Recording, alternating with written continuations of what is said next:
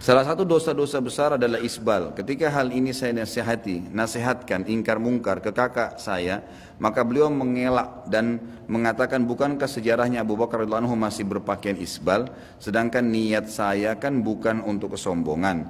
Disebutkan dalam Sahih Bukhari, barang siapa yang menjulurkan pakaiannya dengan sombong, Allah tidak akan melihat dirinya di hari kiamat. Lalu Abu Bakar mengatakan, sungguh salah satu ujung celanahku biasa melorot, akan tetapi saya selalu memperhatikannya. Maka kata Nabi SAW, engkau bukan melakukannya karena sombong. Komentar Nabi SAW, hadis Bukhari nomor 3655. Bagaimana jika ada yang berdalil dengan perbuatan Abu Bakar di atas bahwasanya ia menjulurkan celananya karena sombong? Jadi saya memperbaiki dulu riwayat ini ya. Riwayatnya bukan begini bunyinya. Riwayat itu, jadi dalam masalah isbal, kalau penanya bisa kembali ke YouTube, ada ceramah saya khusus dosa besar, tapi saya lupa ke 40 sekian gitu ya, 47 itu masalah isbal. Jadi masalah isbal ini ada 3 buah riwayat ya, 3 riwayat. Riwayat yang pertama yang menyebutkan tentang, dan ini masih dipersisikan ulama, ada yang mentaifkan, ada yang menghasankan, tentang teguran Nabi SAW kepada sahabat yang mata kakinya tertutup waktu sholat gitu kan. Tapi ada yang mentaifkan, ada yang menghasankan. Kalau kita ambil riwayat ini dihasankan, maka kata para ulama, orang kalau sholat mata kakinya nggak boleh tertutup, berarti sholatnya bisa batal. Karena sahabat itu sholat, lalu Nabi SAW habis salam mengatakan, kembali wudhu dan sholatlah. Dia tidak bertanya, dia pergi langsung wudhu dan sholat. Lalu Nabi SAW waktu dia selesai sholat mengatakan, kembali wudhu dan sholatlah, sampai 3 kali. Seorang sahabat tanya di sebelahnya, kenapa ya Rasulullah? Kata Nabi, karena mata kakinya tertutup. Ini riwayat yang pertama. Kalau kita ambil derajat yang dihasankan oleh para ulama, berarti sholat sudah jelas tidak boleh. Dan ini lebih umum, jumhur ulama berpegang pada kehasanan riwayat ini. Riwayat yang kedua adalah riwayat yang disebutkan di sini, tapi bunyi hadisnya begini. Kata Nabi SAW pada saat menjelaskan, siapa yang menjulurkan pakaiannya dari atas bagi laki-laki menutupi mata kakinya karena sombong, maka tidak akan mencium bau surga. Begitu hadisnya, tidak akan mencium bau surga, gitu kan?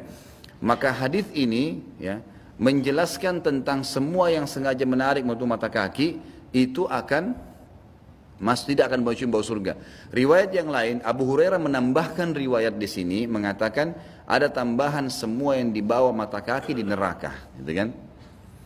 Riwayat tentang Abu Bakar radhiyallahu anhu mengatakan kepada Nabi SAW, ya Rasulullah, kalau saya sholat celana saya melorot, kan gitu. Ini tambahan, bukan di riwayat ini. Dia ikut dengan riwayat yang pertama yang dihasankan tadi. Waktu Nabi SAW menegur orang yang sholat melorot celananya itu, sempat menutup mata kakinya, sempat Abu Bakar mengatakannya, Rasulullah, saya kalau sholat celana saya melorot, gitu kan? Turun, karena Abu Bakar radhiyallahu anhu orangnya kurus sekali, gitu kan? Orangnya sangat kurus radhiyallahu anhu. Maka beliau mengatakan, saya kalau sholat celana saya suka melorot, kecuali illa an ata'ahadahu, kecuali saya tahan dengan tangan saya, baru nggak melorot.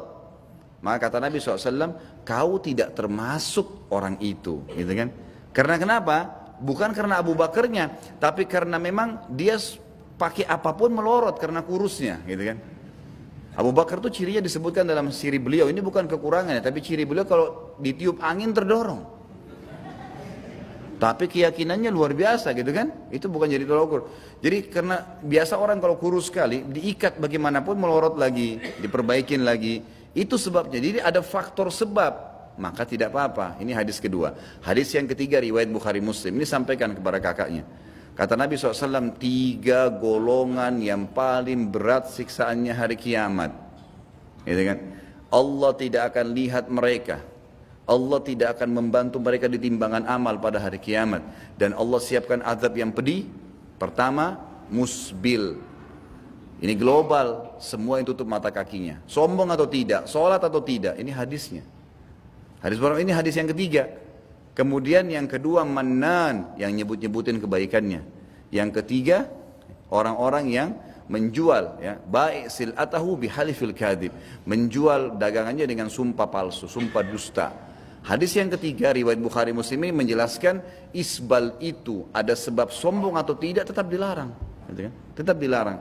Dan saya sudah pernah jelaskan, di dalam ceramah itu saya jelaskan, ada apa sebenarnya dengan isbal? Kenapa isbal ini dipermasalahkan? Coba ikhwan. Kenapa sih kalau celana itu dinaikkan sedikit di mata kaki? Ada orang bilang jelek, ya, jingkrang lah, apalah, ketinggalan lah, kolot lah dan seterusnya. Itu karena naik sedikit ya, ini mata kaki sedikit naik.